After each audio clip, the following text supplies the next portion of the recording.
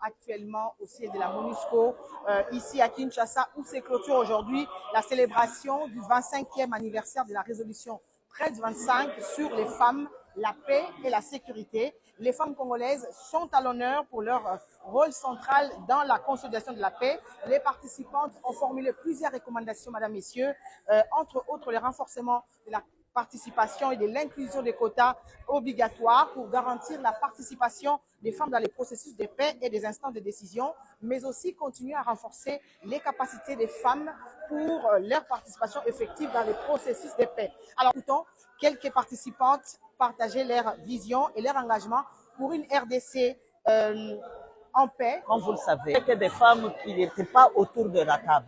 Mais aujourd'hui, nous avons autant de femmes autour de la table. Nous avons des femmes qui sont élues. Nous avons autant de femmes qui sont à la chambre basse, tout comme à la chambre haute. Il y a des femmes au gouvernement qui représentent 34%. Je crois que la RDC, bien sûr, elle a du chemin à faire, mais elle a fait un grand projet, un grand bond.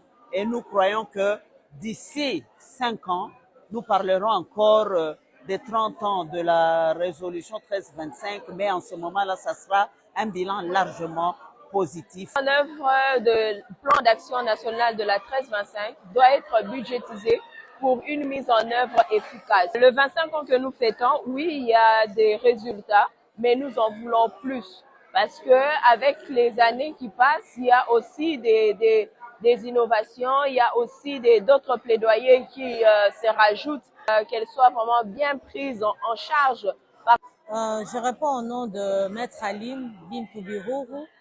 Je suis femme politique au niveau de la province du Sud Kivu, mais j'ai été invitée pour participer à l'opération de la résolution 1325, qui pour moi c'est un honneur. On voit qu'on reconnaît le travail que les femmes de province abattent aussi. Aujourd'hui, les obstacles qui persistent encore sont tels que les femmes œuvrent encore de manière dispersée.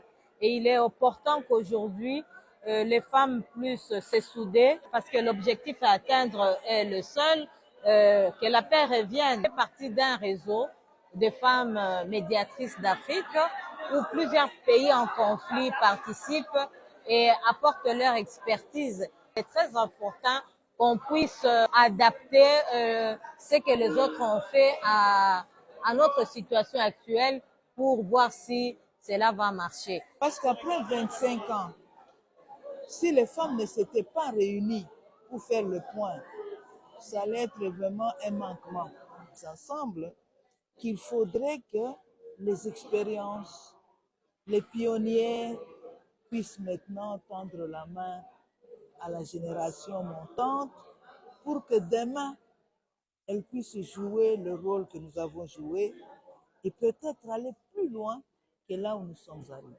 Je suis une femme vivant avec handicap et je suis très ravie du fait que nous avons participé à cette conférence, que tous les intervenants qui sont passés ont mis l'accent sur la 1325. Alors, j'avais intervenu pour dire que quand on parle de la 1325, il faut aussi parler de la 2475 parce que quand on parle de la femme, il faut aussi signaler qu'il y a aussi une femme vivant avec handicap qui a des besoins spécifiques et qui a le talent et les compétences de consolidation d'une paix durable en RDC. Je suis contente parce que 25 ans après, nous avons pu, en tant que femmes des différents groupes, dans notre diversité, nous unir. Après, tout dépend de comment est-ce que nous allons nous-mêmes prendre au sérieux les engagements que nous avons pris ici. C'est maintenant la question de passer des discours aux actes concrets. C'est ça qui va déterminer les 10 prochaines années. Mettre en œuvre tout ce que nous nous sommes mis d'accord, il y aura amélioration et en qualité de la participation des femmes. Cela va avoir un impact positif sur la protection. Et puisque c'est la paix que nous recherchons en RDC, nous ne pouvons qu'espérer que les prochaines 10 années vont être mieux que les 25 années passées. Donc, il faut dire que la République démocratique du Congo avance vers une paix où les femmes ont enfin la place qu'elles méritent.